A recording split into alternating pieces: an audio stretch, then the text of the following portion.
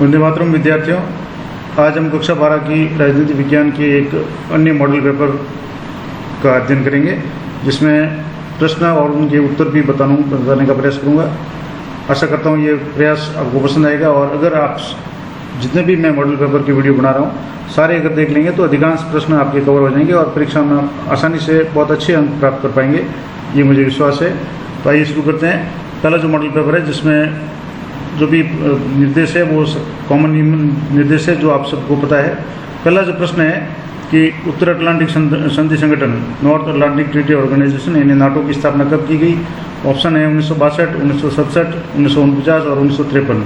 इसका सही आंसर है 1949 में, 1949 में उत्तर अटलांटिक संधि संगठन यानी नाटो की स्थापना की गई थी।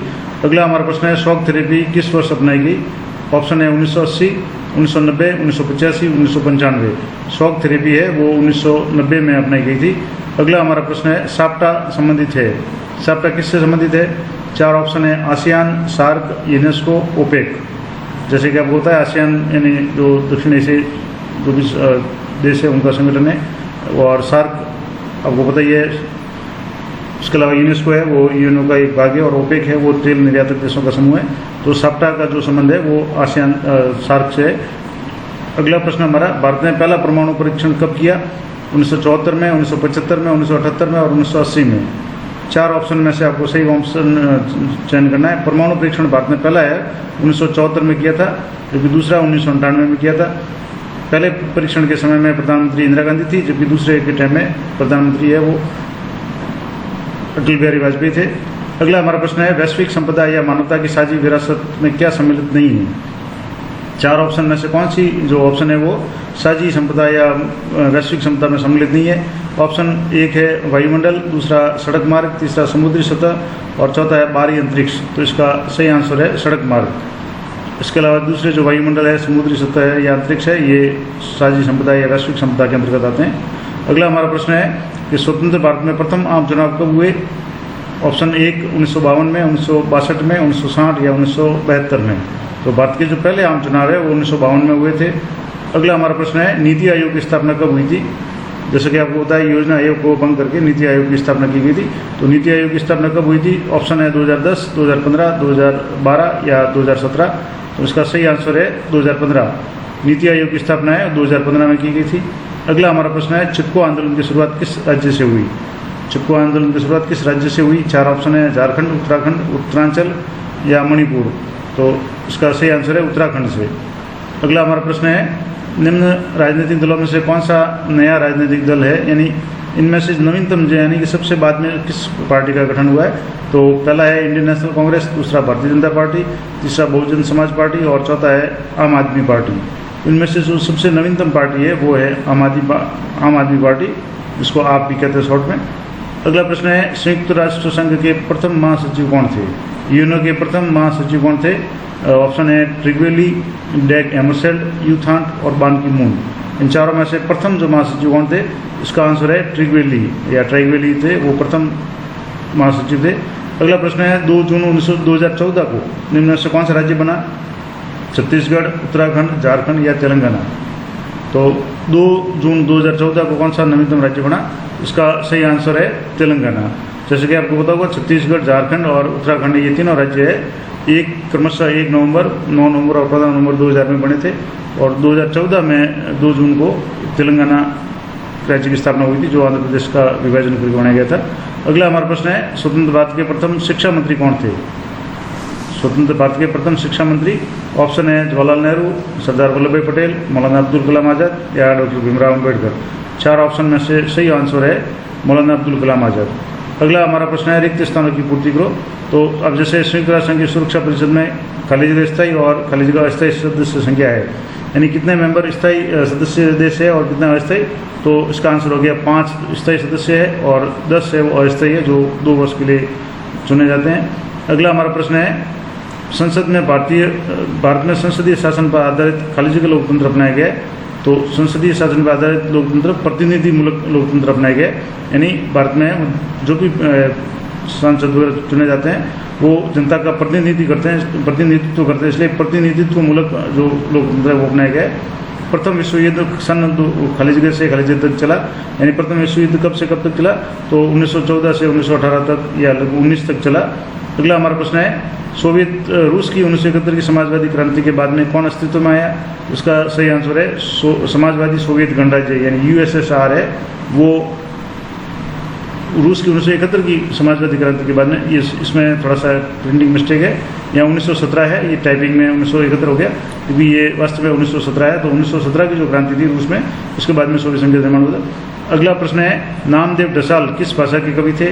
तो नामदेव ढसाल है वो कवि फेमस कवि है और इनके संबंध में कई प्रश्न पूछे जाते हैं। तो ये मराठी भाषा के कवि थे। अगला प्रश्न है मंडल आयोग के अध्यक्ष, मंडल आयोगों के अध्यक्ष खाली जगह के नाम से मंडल कमीशन कहा जाता है, यानी मंडल आयोग के अध्यक्ष कौन थे जिसके नाम पे मंडल आयोग कहा गया? तो उसके अध्यक्ष थे बीपी मंडल यानी बिंदेश्वर प्रसाद मंडल, जिनके नाम से ये मंडल आयोग कहा जाता है। अगले है अति लघुतरात्मक प्रश्न, एक शब्द में आपको इनके आंसर देने। तो जैसे गुटनिरपेक्ष आंदोलन के प्रणेता कौन थे? तो एक अगर शब्द में पूछा जाए एक नाम में तो जोसेफ ब्रॉज टिटो। अगला है सोवियत संघ का विघटन कब हुआ? तो 1991 में। अगला हमारा प्रश्न है सार्क का फुल फॉर्म बताइए। तो सार्क की फुल फॉर्म है south Asian Association for Regional corporation या दक्षिण एशियाई क्षेत्रीय सहयोग संगठन। अगला प्रश्न है द्विराष्ट्र सिद्धांत किस राजनीतिक दल द्वारा दिया गया? आज़ादी के समय में द्विराष्ट्र सिद्धांत है वो मुस्लिम लीग के द्वारा दिया गया था। अगला हमारा प्रश्न है प्रथम पंचवर्षीय योजना का कार्यकाल बताइए। तो प्रथम पंचवर्षीय योजना 1951 से 56 तक चली। दूसरा अगला हमारा प्रश्न है ग्रामीण महिलाओं ने शराब के खिलाफ कौन सा आंदोलन चलाया? तो ये दक्षिण भारत में ताड़ी विरोधी आंदोलन चलाया गया था। अगला है राजीव गांधी की मृत्यु के बाद में कांग्रेस पार्टी ने किन्हें अपना प्रधानमंत्री चुना? तो इसका सही आंसर है पीवी नरसिम्हा राव। तो अमूल्यपति वेंकट नरसिम्हा राव, पीवी नरसिम्हा राव को राजीव गांधी के बाद में प्रधानमंत्री चुना गया था। अगला हमारा प्रश्न है 2019 में 18वां गुटनिरपेक्ष सम्मेलन किस देश में हुआ? तो इसका सही आंसर है अजरबैजान देश के जो बाकू शहर में हुआ था। अगला है व्लादिमीर लेनिन किस पार्टी के संस्थापक थे? यानी लेनिन ने कौन सी पार्टी की स्थापना की?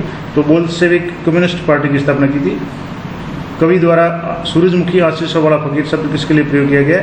तो नामदेव जो ढसाल है उनकी जो भी मराठी कविता थी उसमें कवि के द्वारा सूरजमुखी आशीषों वाला फकीर है वो शब्द है अम्बेडकर, डॉक्टर भीमराव अम्बेडकर के लिए प्रयुक्त किया गया है। बामसेफ का पूरा नाम लिखिए।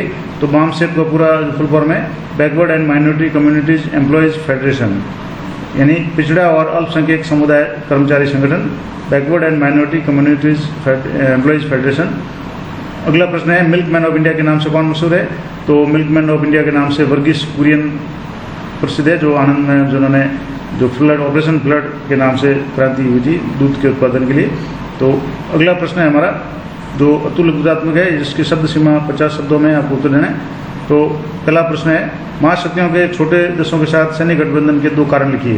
यानी जो 2 महाशक्तियाँ थी खास करके शीत युद्ध के दौरान अमेरिका और रूस, उन्होंने छोटे देशों के साथ सैन्य गठबंधन क्यों किए? इसके 2 जो कारण बताने हैं। तो पहला कारण है कि महाशक्तियों ने छोटे देशों के साथ निम्न कारणों से गठबंधन रखे। पहला महत्वपूर्ण संसाधन हासिल करना। जितने भी छोटे देश थे उनमें से अधिकांश के पास में तेल और खनिज वगैरह के भंडार थे, इनको छोटे देशों से प्राप्त करना इनका एक उद्देश्य था। दूसरा भू क्षेत्र महाशक्तियाँ इन छोटे देशों के यहाँ अपने हथियारों की बिक्री करती थी और इनके यहाँ अपने सैन्य अड्डे स्थापित कर सेना का संचालन करती थी। यानी जो भी महाशक्तियाँ थी उनको एक तो उन देशों से जो भी खनिज या तेल वगैरह के भंडार थे वो प्राप्त करना था, और दूसरा हथियारों के छोटे छोटे जो भी देश थे वो हथियारों के ग्राहक थे तो उनको एक मार्केट के रूप में इस्तेमाल करना था। इसलिए उन्होंने अधिकांश जो देशों के साथ में सैन्य गठबंधन किए।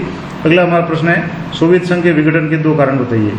सोवियत संघ के विघटन के 2 जो कारण थे उसमें तात्कालिक जो कारण था कि तात्कालिक कारण तो सोवियत संघ के राष्ट्रपति मिखाइल गोर्बाचोव द्वारा चलाए गए राजनीतिक और आर्थिक सुधार, और दूसरा कारण था सोवियत संघ के गणराज्यों में लोकतांत्रिक और उदारवादी भावनाओं का उत्पन्न होना, विकास होना, जिसके कारण सोवियत संघ का विघटन हुआ। अगला प्रश्न है दक्षेस संगठन के प्राथमिक 7 सदस्य देशों के नाम बताइए। दक्षेस यानी दक्षिण एशियाई क्षेत्रीय सहयोग संगठन यानी SAARC, South Asian Association for Regional Corporation जो सार्क है, उसके 7 सदस्य देश कौन कौन से हैं? तो दक्षेस के 7 सदस्य देशों में भारत और उसके सारे पड़ोसी देश जिसमें पाकिस्तान, बांग्लादेश, नेपाल, भूटान, मालदीव और श्रीलंका है। अफगानिस्तान भी इसमें शामिल है। इस तरीके से ये सार्क के सदस्य है। रियो सम्मेलन के कोई 2 परिणाम बताइए। तो रियो सम्मेलन के 2 परिणाम जो निम्न थे। पहला था कि इस सम्मेलन के परिणाम स्वरूप विश्व राजनीति के दायरे में पर्यावरण को लेकर बढ़ते सरोकारों को एक ठोस रूप मिला, यानी विश्व स्तर पर पर्यावरण के बारे में चेतना का विकास हुआ, लोगों का ध्यान उसकी ओर पर्यावरण की ओर गया। और रियो सम्मेलन में जलवायु परिवर्तन, जैव विविधता, वानिकी के संबंध में कुछ नियमाचार निर्धारित किए गए। अगला हमारा प्रश्न है, समाजवादी दलों और कम्युनिस्ट पार्टी के बीच में अंतर बताइए। तो 2 अंतर जैसे बताना है, क्योंकि 2 नंबर का प्रश्न है। तो पहला अंतर है, समाजवादी दल लोकतांत्रिक विचारधारा में विश्वास रखते हैं, जबकि कम्युनिस्ट पार्टी सर्वहारा वर्ग के अधिनायकवाद में विश्वास करती है। यानी कम्युनिस्ट पार्टियों का मानना है कि जो भी मजदूर वर्ग है उसकी सरकार होनी चाहिए, उसका अधिनायकवाद होना चाहिए। दूसरा, समाजवादी दल अपने उद्देश्य को प्राप्त करने के लिए राज्य रूपी संस्था को रखना चाहते हैं, यानी समाजवादी है वो राज्य के पक्षधर है, और जबकि कम्युनिस्ट पार्टी राज्य को समाप्त करने का पक्ष लेते हैं। इस तरीके से समाजवादी और कम्युनिस्ट पार्टी के जो भी विचारधारा उसमें अंतर है। अगला हमारा प्रश्न है, हरित क्रांति के 2 सकारात्मक परिणाम लिखिए। पिछला जो वीडियो था जिसमें एक मॉडल पेपर को हमने डिस्कस किया था, उसमें हरित क्रांति के नकारात्मक परिणामों के बारे में डिस्कस किया था। तो आपको मैंने उस वीडियो में कहा था कि आपको दोनों चीज़ें ध्यान रखनी है, कई बार नकारात्मक भी पूछ सकते हैं और सकारात्मक भी। तो आपको जब अगर मान लो सीधा पूछा जाए कि हरित क्रांति के क्या परिणाम रहे, तो परीक्षा की दृष्टि से आपको दोनों परिणामों को, सकारात्मक और नकारात्मक दोनों को मेंशन करना है, भले शॉर्ट में करें। लेकिन अगर खाली सकारात्मक पूछें तो सीधे आपको सकारात्मक ही बताना है, नकारात्मक नहीं बताना है। तो सकारात्मक जो परिणाम थे, पहला था कि भारत में हरित क्रांति से गेहूं और चावल के पैदावार में अत्यधिक वृद्धि हुई। देश में एक तरह से खाद्य में जो आत्मनिर्भरता है वो हुई, क्योंकि उससे पहले भारत को विदेशों से अनाज विशेषकर गेहूँ आयात करना पड़ता था। और हरित क्रांति के परिणाम स्वरूप भारत खाद्यान्न के दृष्टिकोण से आत्मनिर्भर देश बन गया। इसके अलावा जो खास करके उत्तर भारत के जो भी उत्तर प्रदेश, पंजाब, हरियाणा और पश्चिमी उत्तर प्रदेश वगैरह के जो क्षेत्र थे, उनमें व्यापक रूप से उत्पादन में बहुत ज़्यादा वृद्धि हुई। तो ये सकारात्मक परिणाम थे। अगला है, गुट निरपेक्ष आंदोलन के संस्थापक सदस्यों के नाम लिखिए। तो गुट निरपेक्ष आंदोलन के संस्थापक सदस्यों में पहले है जोसेफ ब्रोज टिटो, यूगोस्लाविया के जो तत्कालीन राष्ट्राध्यक्ष थे। इसके अलावा भारत के प्रधानमंत्री जवाहरलाल नेहरू, मिस्र के गमाल अब्दुल नासिर और इंडोनेशिया के सुकर्णो, और जो घाना के उस समय तत्कालीन जो राष्ट्राध्यक्ष थे या प्रधानमंत्री थे वामे एन क्रुमा, ये संस्थापक सदस्यों के रूप में माने जाते हैं, गुट निरपेक्ष थे। एक बार और मैं आपको बता दूँ, Joseph Broz Tito Yugoslavia, Jawaharlal Nehru Bharat, Gamal Abdul Nasser मिस्र और सुकर्णो इंडोनेशिया और वामे एन क्रुमा घाना, ये संस्थापक सदस्य थे ये गुट निरपेक्ष आंदोलन के। अगला हमारा प्रश्न है, सोवियत अर्थव्यवस्था को किसी पूंजीवादी देश जैसे संयुक्त राज्य अमेरिका की अर्थव्यवस्था से अलग करने वाली 2 विशेषताओं का जिक्र करें। यानी किस आधार पर सोवियत संघ की जो भी अर्थव्यवस्था थी वो पूंजीवादी देश अमेरिका से अलग थी। यानी एक तरह से आपको पूंजीवादी व्यवस्था और समाजवादी व्यवस्था के बीच में अंतर बताना है। तो इसका आंसर है कि सोवियत अर्थव्यवस्था को पूंजीवादी देश जैसे संयुक्त राज्य अमेरिका की अर्थव्यवस्था से अलग करने वाली 2 विशेषताएं निम्न प्रकार है। आपके पास में समय पर्याप्त होगा, 3 घंटे 15 मिनट का समय होगा। तो आप जो भी प्रश्न लिखें उसको सिस्टमेटिक लिखें। जैसे इसमें एक पहले थोड़ी सी प्रस्तावना टाइप है कि आपको उत्तर लिखना है, तो उसमें इस तरीके से लिखना है कि जैसे सोवियत जो भी प्रश्न है उसकी लाइन को रिपीट करते हुए, भले ही आप प्रश्न नहीं लिखें लेकिन उत्तर में प्रश्न के जो भी है वो शब्द आने चाहिए। तो जैसे इसमें लिखा हुआ कि संयुक्त राज्य की अर्थव्यवस्था से अलग करने वाली 2 विशेषताएं निम्न प्रकार है। एक सीधे पॉइंट बनाकर उत्तर भी लिख सकते हैं, लेकिन अगर इस तरीके से लिखेंगे तो थोड़ा इसका पॉजिटिव असर पड़ेगा, जांचने वाले को भी थोड़ा अच्छा लगेगा। और पहला जो है इसका प्रभाव या अंतर है, विशेषता है कि सोवियत अर्थव्यवस्था पूंजीवादी देशों की अर्थव्यवस्था से भिन्न है, क्योंकि इसमें उद्योगों को अधिक महत्व नहीं दिया गया है। जबकि पूंजीवादी देशों में, विशेषकर संयुक्त राज्य अमेरिका में, उद्योग धंधों को विशेष महत्व दिया गया है, क्योंकि नाम इसका पूंजीवाद है तो उद्योग धंधों को विशेष महत्व दिया गया। दूसरा, सोवियत अर्थव्यवस्था में उत्पादन और वितरण के साधनों पर राज्य या सरकार का नियंत्रण था, यानी समाजवादी व्यवस्था थी, यानी पूरे समाज का एक तरह से कह सकते हैं सार्वजनिक रूप से यानी सरकार का नियंत्रण था। जबकि पूंजीवादी व्यवस्था में निजीकरण को अपनाया गया, खास करके जैसे जो भी उद्योग धंधे होते हैं वो निजी हाथों में होते हैं, और वहाँ मजदूर और जो भी पूंजीपति है वो 2 वर्ग होते हैं। जबकि समाजवादी व्यवस्था में जो भी संसाधन होते हैं उन पर पूरे समाज का या राज्य का अधिकार होता है, और जो भी लाभांश होता है उसको मिल बांट करके काम में लिया जाता है। तो ये दो महत्वपूर्ण अंतर थे। अगला हमारा प्रश्न है, ऐसे दो मसलों के नाम बताइए जिन पर भारत और बांग्लादेश के बीच में आपसी सहयोग है। अब प्रश्न को आपको विशेष रूप से ध्यान से पढ़ना है। कई बार सहयोग भी पूछा जाता है, कई बार विवाद के क्षेत्र भी पूछे जाते हैं। अगर आपके पास में सहयोग पूछा हुआ और आप विवाद के क्षेत्र अगर लिखेंगे तो उत्तर एकदम गलत हो जाएगा। तो ये विशेष रूप से ध्यान रखें कि जो भी प्रश्न हो आप उसकी लैंग्वेज को एक बार अच्छी तरह से देख लें। इसमें लिखा हुआ कि भारत और बांग्लादेश के बीच में आपसी सहयोग है, उन मुद्दों को बताना है। तो पहला है, जैसे इसको भूमिका लिखेंगे तो भारत और बांग्लादेश के बीच में आपसी सहयोग के निम्न दो मसले हैं। दो पूछें तो आपको दो ही लिखने, और प्रश्न अगर आप नहीं उतारें तो कोई बात नहीं, प्रश्न संख्या आप सही लिखें और उत्तर है उसमें प्रश्न की लैंग्वेज है वो आनी चाहिए। पहला है, विगत 10 वर्षों के दौरान दोनों देशों के बीच में आर्थिक संबंध ज़्यादा बेहतर हुए हैं। बांग्लादेश भारत की पूर्व चलो नीति का हिस्सा है और इस नीति के अंतर्गत म्यांमार के जरिए दक्षिण पूर्व एशिया से संपर्क साधने की बात की गई है। दूसरा, आपदा प्रबंधन पर्यावरण के मसले पर दोनों देशों में सहयोग है और कुछ समय पूर्व भारत और बांग्लादेश के जो भी कुछ इंक्लेव थे, यानी कुछ ऐसे क्षेत्र थे जो चारों तरफ से बांग्लादेश से घिरे हुए थे और कुछ ऐसे क्षेत्र थे जो चारों तरफ से भारतीय क्षेत्र से घिरे हुए थे, जबकि थे वो अलग अलग देशों में, तो उनका आदान प्रदान भी किया गया था। इस तरीके से कई मामलों में आपसी सहयोग भी है। हालांकि विवाद के भी कई क्षेत्र है जिनमें शरणार्थियों की समस्या वगैरह, सीमा विवाद वगैरह वो भी है। तो जो भी प्रश्न आपको पूछा जाए आपको उत्तर उसी हिसाब से लिखना है। अगला हमारा प्रश्न है, आतंकवाद सुरक्षा के लिए परंपरागत खतरे की श्रेणी में आता है या अपरंपरागत। जैसे कि आपको पता है खतरे की दो श्रेणियाँ, परंपरागत और अपरंपरागत। इसमें आतंकवाद किस श्रेणी में आता है, तो ये आपको उत्तर लिखना है। तो इसका आंसर हो गया कि आतंकवाद 21वीं सदी में विश्व स्तर की सुरक्षा की नई चुनौती है।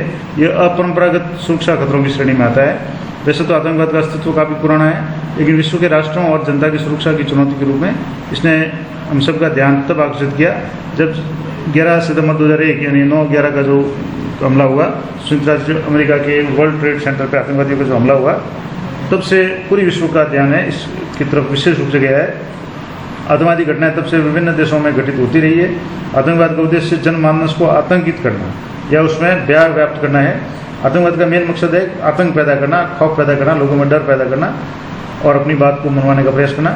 अगला प्रश्न है, क्या एकल पार्टी प्रभुत्व की प्रणाली का भारतीय राजनीति के लोकतांत्रिक चरित्र पर खराब असर हुआ है।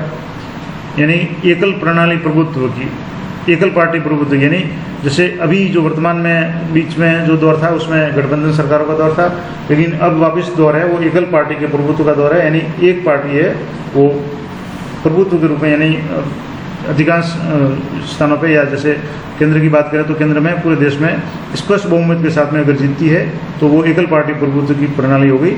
जिस तरीके से देश जब आज़ाद हुआ उसके बाद के प्रथम 3 चुनाव हुए थे उस समय भी एकल पार्टी का प्रभुत्व था, जैसे कांग्रेस का प्रभुत्व था। इसी तरीके से वर्तमान में भी एकल पार्टी का प्रभुत्व की और जो भी है वो व्यवस्था है। तो इसका लोकतंत्र के चरित्र पर क्या प्रभाव है या क्या असर है, तो इसका आंसर हो गया, ये सत्य है कि एकल पार्टी प्रभुत्व प्रणाली का राजनीतिक लोकतांत्रिक प्रवृत्ति पर विपरीत प्रभाव पड़ता है और प्रभुत्व प्राप्त विपक्षी दल जो भी दल है विपक्षी पार्टियों की आलोचना की परवाह न करके मनमाने ढंग से शासन चलाने लगता है। क्योंकि जैसे किसी पार्टी विशेष को स्पष्ट बहुमत मिल जाता है और स्पष्ट से भी ज़्यादा यानी बहुत ज़्यादा बहुमत मिल जाता है और विपक्ष एक नाममात्र का रह जाता है, तब वो पार्टियाँ हैं मनमानी करने की श्रेणी में आ जाती है और लोकतंत्र को तानाशाही शासन में बदलने की संभावना है वो पैदा हो जाती है, विकसित हो जाती है।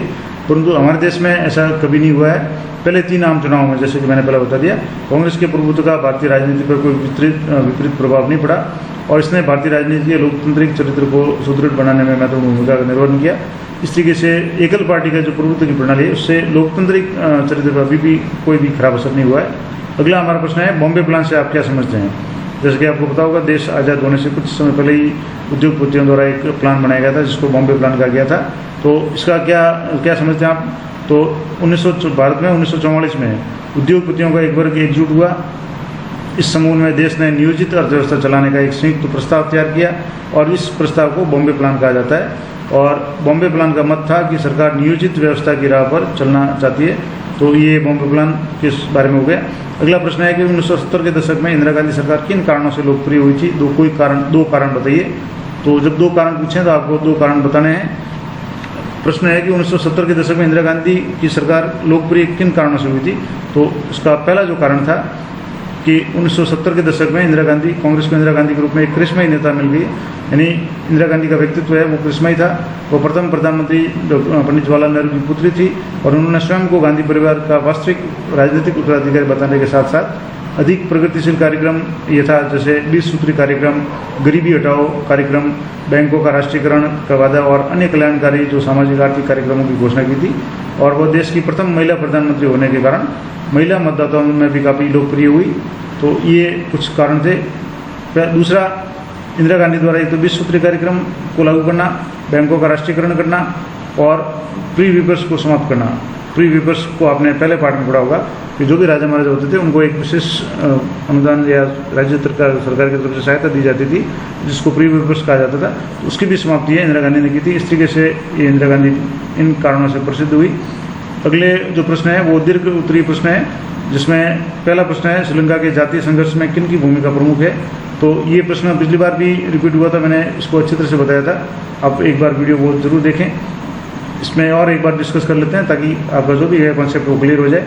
तो श्रीलंका के जातीय संघर्ष में सिंहलियों की बहुसंख्यकवाद, यानी वहाँ दो तरह की जो जातियाँ हैं या समुदाय है, एक तो सिंहलीय है और एक तमिल है। सिंहलीय है वो परंपरागत रूप से बौद्ध धर्म को मानने वाले लोग हैं, जबकि तमिल लोग हैं वो भारत से गए हुए हिंदू धर्म को मानने वाले लोग हैं।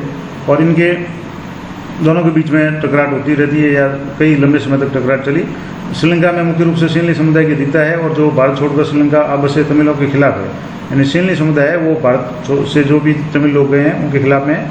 सिंहली राष्ट्रवादियों को मानना है कि श्रीलंका में तमिलों के साथ में कोई रियायत नहीं बरतनी चाहिए, क्योंकि श्रीलंका केवल सिंहली समुदाय का है। तमिलों के प्रति उपेक्षा भरे बर्ताव से एक उग्र तमिल राष्ट्रवाद की आवाज़ बुलंद हुई और 1983 से के पश्चात उग्र तमिल संगठन, एक संगठन जिनका बना, जिसको नाम दिया गया liberation tigers of Tamil Eelam, यानी LTTE या लिटे नाम दिया गया, और जिसका श्रीलंका की सेना के साथ में काफ़ी लंबा संघर्ष चला। उसके बाद में इसने तमिल ईलम यानी श्रीलंका के लिए तमिलों के लिए एक अलग राष्ट्र की मांग रखी। धीरे धीरे श्रीलंका में जातीय संघर्ष तेज होने लगा, विस्फोटक और हत्याएं होने लगी और सन 1987 में भारत ने श्रीलंका में शांति सेना भेजी। उस समय प्रधानमंत्री राजीव गांधी थे और जिससे श्रीलंका की जनता ने पसंद नहीं किया। फलस्वरूप 1989 में 89 में भारत ने अपनी शांति सेना को बिना लक्ष्य प्राप्त किए वापस बुला लिया और भारत और श्रीलंका ने इस जातीय संघर्ष की समाप्ति के भरपूर प्रयास किए, लेकिन सफलता नहीं मिली। और सन 2009 में लिट्टे यानी LTTE के जो प्रमुख प्रभाकरण थे कि सैनिक कार्रवाई में मारे जाने के पश्चात जिसमें लिट्टे का जो भी है लगभग खात्मा हो गया और उसके साथ ही सशस्त्र संघर्ष है वो समाप्त हो गया। हालांकि इसमें जो स्कैंडिनेवियन देश जैसे नॉर्वे वगैरह है उन्होंने भी मध्यस्थता की भूमिका निभाई और अब श्रीलंका में काफ़ी हद तक ये मामला है वो शांत हो चुका है। अगला हमारा प्रश्न है कि दक्षिण एशिया में द्विपक्षीय संबंधों को बाहरी शक्तियाँ कैसे प्रभावित करती है। प्रश्न को थोड़ा सा आप एक बार गौर से सुन लें या समझ लें, तभी आपको इसका उत्तर आप दे पाएंगे। दक्षिण एशिया में द्विपक्षीय संबंधों को, यानी दक्षिण एशिया के जो भी देश जिनके दोनों कोई भी दो देशों के बीच में जो द्विपक्षीय संबंध है उनको बाहरी शक्तियाँ कैसे प्रभावित करती है। तो अब इसका आंसर क्या हो गया कि कोई भी क्षेत्र अपने को गैर इलाकाई ताकतों से अलग रहने की कितनी भी कोशिश क्यों न करें, उस पर बाहरी ताकतों और घटनाओं का प्रभाव पड़ता ही है। जैसे कि मान लो कोई भी दो देश है, जैसे भारत और मान लो पाकिस्तान हो गया या भारत और बांग्लादेश हो गया, तो इन दोनों के संबंधों के बीच में आपसी जो भी पड़ोस के देश हैं उनका असर निश्चित रूप से पड़ता है। तो इसी क्रम में चीन और संयुक्त राज्य अमेरिका दक्षिण एशिया की राजनीति में अहम भूमिका निभाते हैं। भारत और चीन के संबंधों में पहले निकटता आई है, पहले से अब निकटता आई है, परंतु चीन के साथ पाकिस्तान के भी संबंध है और इस कारण भारत चीन संबंधों में इतनी निकटता नहीं आ पाई है। और ये एक बड़ी कठिनाई के रूप में शीत युद्ध के बाद में दक्षिण एशिया में अमेरिकी प्रभाव तेजी से बढ़ा। अमेरिका ने शीत युद्ध के बाद में भारत और पाकिस्तान दोनों से अपने संबंध बेहतर किए, दोनों में आर्थिक सुधार हुए, उदार नीति अपनाई गई है और इससे दक्षिण एशिया में अमेरिकी भागीदारी है वो गहरी हुई है। अमेरिका में दक्षिण एशियाई मूल के लोगों की अच्छी खासी संख्या है और फिर इस क्षेत्र की सुरक्षा और शांति के भविष्य से अमेरिका के हित भी बंधे हुए हैं और बाहरी शक्तियों को अपने लाभ या हितों को ध्यान में रखकर दक्षिण एशियाई देशों से संबंध रखता है ताकि वे अपने हितों को पूरा कर सके। अगला हमारा प्रश्न है साझी परंतु अलग अलग जिम्मेदारियों से क्या अभिप्राय है, हम इस विचार से कैसे लागू कर सकते हैं। तो प्रश्न है कि साझी परंतु अलग अलग जिम्मेदारियाँ, यानी जिम्मेदारियाँ साझी है लेकिन अलग अलग है, व्यक्तिगत रूप से अलग अलग जिम्मेदारियाँ हैं और कुछ ऐसी जिम्मेदारियाँ जो साझी है यानी सबका हित जिससे जुड़ा हुआ है।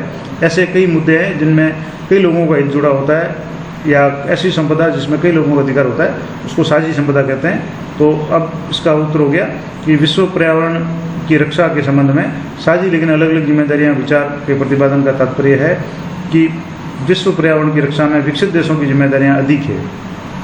साझी परंतु अलग अलग जिम्मेदारी का मतलब हो गया कि विश्व के अलग अलग देशों की जिम्मेदारी अलग अलग है। कुछ देश है जो विकसित है, कुछ देश है विकासशील है, कुछ बहुत पिछड़े हुए हैं। तो पर्यावरण में जो भी वर्तमान में देश है वो सभी ये कहते हैं कि जिस देश ने ज़्यादा विकास कर लिया उसने पर्यावरण का भी ज़्यादा नुकसान किया है, तो उसकी जिम्मेदारी भी ज़्यादा है कि वो पर्यावरण के प्रति थोड़ा सा ध्यान दे और पर्यावरण की सुरक्षा में अपना जो भी धन वगैरह दे या दूसरे जो देश है उनको मदद करे। तो इस तरीके से इस आधार पर कहा गया है कि जो साझी जिम्मेदारी है, लेकिन उसमें भी अलग अलग जिम्मेदारियाँ हैं। विकसित देशों की जिम्मेदारी अलग होगी, विकसित देशों की अलग होगी। अब ये जिम्मेदारी विकसित और विकसित देशों के लिए बराबर नहीं हो सकती। इसके अलावा अभी गरीब देश विकास के पथ से गुजर रहे हैं, अतः उनके ऊपर पर्यावरण रक्षा की जिम्मेदारी विकसित देशों के बराबर नहीं हो सकती।